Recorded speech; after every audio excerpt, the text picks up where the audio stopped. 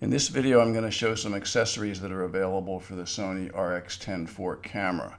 These are in addition to the ones I showed in an earlier video for the RX10 III camera.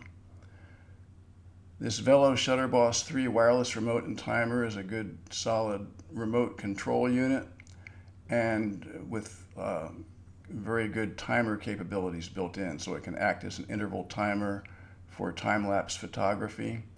It's wireless because it has this unit that attaches to the camera's multi-interface shoe. It does not interface through the shoe, though. You have to use the included cable that connects to the camera's multi-terminal, and then you can use the remote unit to control the camera and the timer features.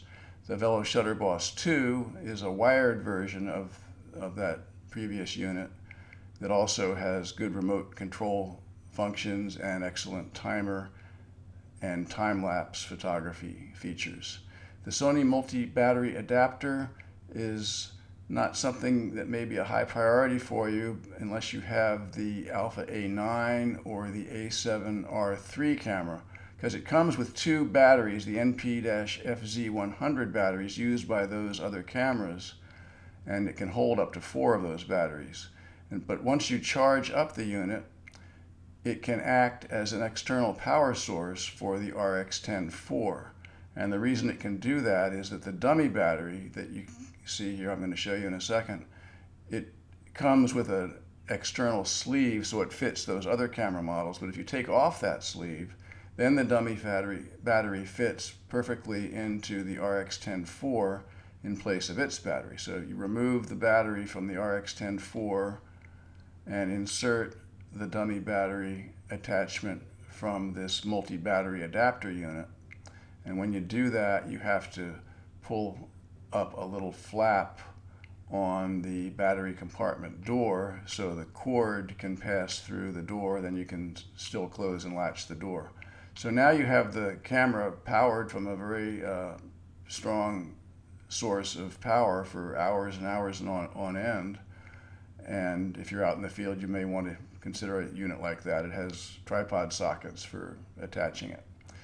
The Mophie PowerStation XL USB battery is just one of many types of similar units, light, compact, and easy to use. You just plug it by a micro USB cable into the multi-terminal on the camera for charging or powering the camera. Sony Wireless Radio Commander is matched with the Sony Wireless Radio Receiver to control compatible Sony flashes using Sony's radio-based wireless flash protocol, which is in addition to their optical-based flash protocol. And you can just control a flash wirelessly once those two units are paired. Now, if you also get this optional multi-terminal connecting cable, then you can connect the wireless radio receiver to the camera through the camera's multi-terminal, and then you can set up the wireless radio commander as a remote control unit for the shutter, for the camera shutter. There's a special button marked shutter on the wireless radio commander, and when you press that, you will control the camera shutter. So that's a second function for those two units.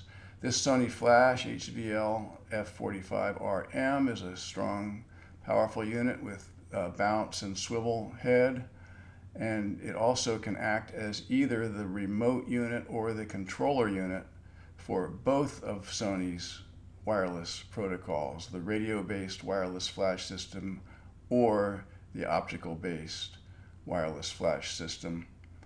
So you would not need either the commander or the receiver. You would need one or the other, but this flash can act as the other unit in that system.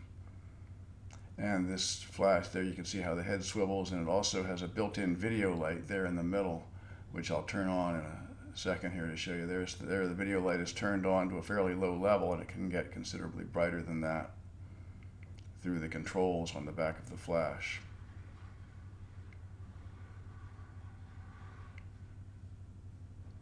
This Neewer flash, NW320, you have to specify the version for Sony, is just a small, compact unit that works very well. It's compatible with the camera and interfaces with the camera through the multi-interface shoe on top of the camera. It's a very good, solid, small unit when you don't need a hugely powerful or overwhelming flash unit to replace the use of the built-in flash.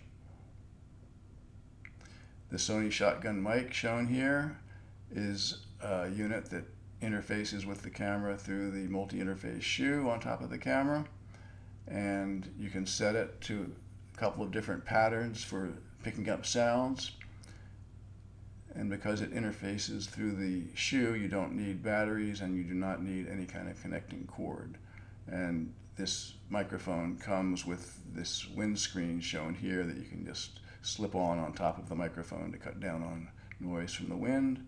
This LumoPro Flash is a very good, solid unit. It's not directly compatible with the camera, but it works as an optical slave because it has an optical slave capability built in. If you set it to S2-1 of its slave modes, then it will fire when it senses the light from the camera's built-in flash, and it will fire at the right time. It'll be in synchronization with that built-in flash, so you can fire the flash remotely.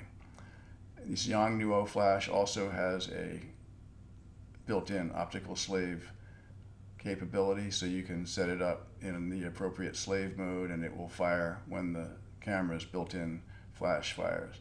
Finally, the Atomos Shogun 4K video recorder is a very nice, powerful unit. It records extremely high quality video, and you can attach it on top of the camera using something like this Vello multifunction ball head that I'm showing here.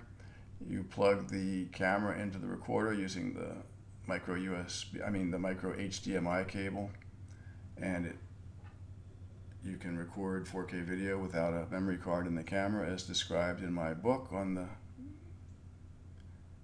use of the RX10 4 camera.